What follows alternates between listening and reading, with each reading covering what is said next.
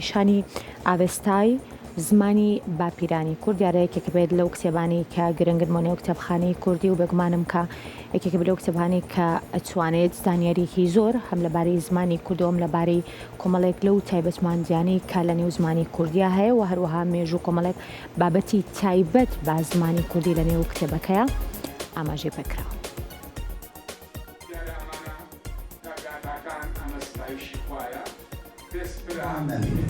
وەکو دڵنیاشەکە گوڵە گەنم گوڵ بەتەنیا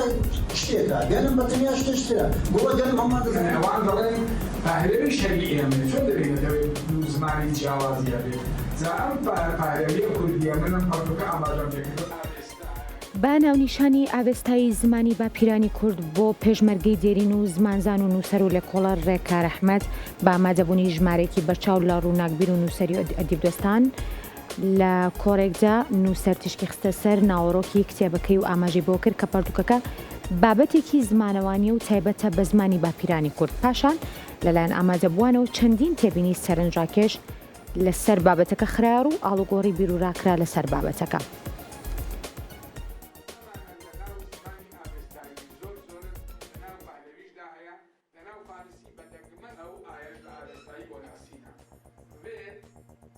ئەمەش واتای زانستەدا